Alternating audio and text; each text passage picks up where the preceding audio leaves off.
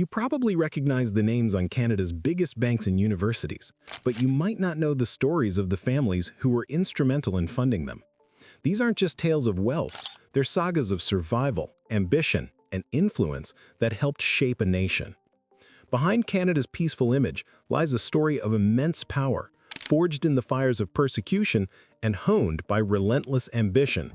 These are the quiet architects of the Canadian economy, dynasties whose empires in real estate, liquor, and finance became the bedrock of modern Canada. Today, we're counting down 10 of the most influential Jewish family businesses in Canadian history and revealing the untold stories of how they turned adversity into power. This isn't just a list of the richest, it's a chronicle of legacy, a mix of today's dominant billionaires and the historical dynasties whose impact is still felt, even if their names no longer top the wealth rankings. Our countdown begins not with a Bay Street titan, but with a name that represents the quintessential immigrant success story built one handshake at a time. Number 10, the Tepperman family. In 1925, long before big box stores and online shopping, the story goes that a young immigrant named Nate Tepperman arrived in Windsor, Ontario. He didn't have a storefront or warehouse. He had a product and a belief in people. He began selling home goods door to door, but what he was truly offering was revolutionary for its time: trust. Nate extended credit to working-class families, many of them newcomers themselves, allowing them to furnish their homes with dignity through manageable installment payments. This wasn't just a business model, it was a community-building exercise.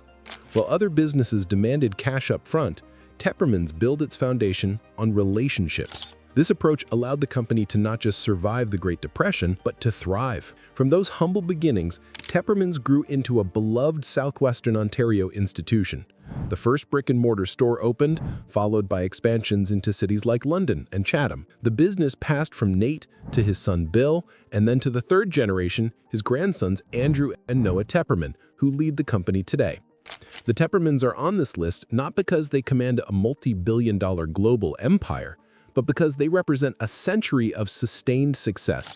They are a historically significant family business, a testament to the idea that great influence can be built not just through massive scale, but through deep roots and unwavering service to a community over generations. From the heart of Ontario's retail landscape, we now shift to the very backbone of its industrial might: steel.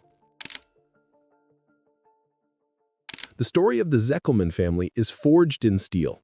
It begins with Harry Zeckelman, who founded Atlas Tube in 1985. He saw an opportunity in the structural steel tubing market and built a company that quickly gained a reputation for quality. But the true forging of the Zeckelman empire came after Harry's passing in 1986, when his sons, Barry, Clayton, and Alan, took the helm at ages 19 and up. Instead of simply managing their inheritance, the brothers embarked on a campaign of aggressive expansion. They transformed their father's company into a continental powerhouse. A major turning point came with the acquisitions of American competitors Wheatland Tube and Sharon Tube. This move vaulted the family business, now known as Zeckelman Industries, into the upper echelon of North American manufacturing. Today, under the leadership of Executive Chairman and CEO Barry Zeckelman, the company is recognized as one of North America's largest independent manufacturers of steel pipe and tube. Its products form the skeletons of skyscrapers and the foundations of countless infrastructure projects. Barry Zeckelman's personal fortune is estimated by Forbes to be around $3.4 billion, a figure that speaks to the immense scale of the operation he commands. The Zeckelman story is a powerful example of a second generation not just preserving, but dramatically multiplying a family legacy. From the visible strength of steel, we turn to the often invisible, but no less powerful, world of high-stakes real estate. Number 8, the Singer family, Larco Group. Not all great fortunes are built in the public eye. Some of the most significant empires are assembled quietly, property by property.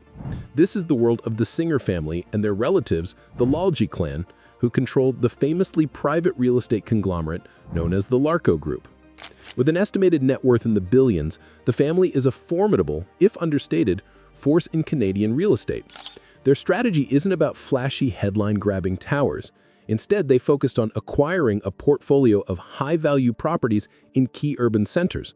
Their holdings include major commercial real estate, luxury hotels, and notably, a vast portfolio of properties in Ottawa leased to the federal government. This makes them, in a very real sense, the landlord to the Canadian government itself. Their influence comes from the sheer scale and strategic importance of the assets they control. By owning the buildings that house corporate headquarters and government offices, they are an integral part of the economic fabric of Canada's largest cities. The Larco Group exemplifies a different kind of power, one that is patient, private, and built on the enduring value of location, proving that the quietest rooms often hold the most power. Now we move from families who built empires to those whose ambitions were so vast, they didn't just participate in cities, they fundamentally reshaped them. Number 7. The Ghermezian family. In the mid-20th century, the Ghermezian family came to North America from Iran, eventually settling in Edmonton, Alberta. They began their new life in a traditional business, importing and selling rugs. But the four brothers, Nader, Eskandar, Raphael, and Bauman, had a vision that stretched far beyond carpets. They looked at the vast, open spaces of their new home and didn't just see land, they saw a canvas. Their company, 555 Group, would become synonymous with a concept that revolutionized retail and entertainment: the Mega Mall. Their magnum opus was the West Edmonton Mall. Opened in phases between 1981 and 1999, it was a project of unprecedented scale. The Ghermezians weren't just building a shopping center, they were building a self-contained universe, blending hundreds of stores with attractions that defied imagination. An indoor amusement park, a sprawling indoor water park,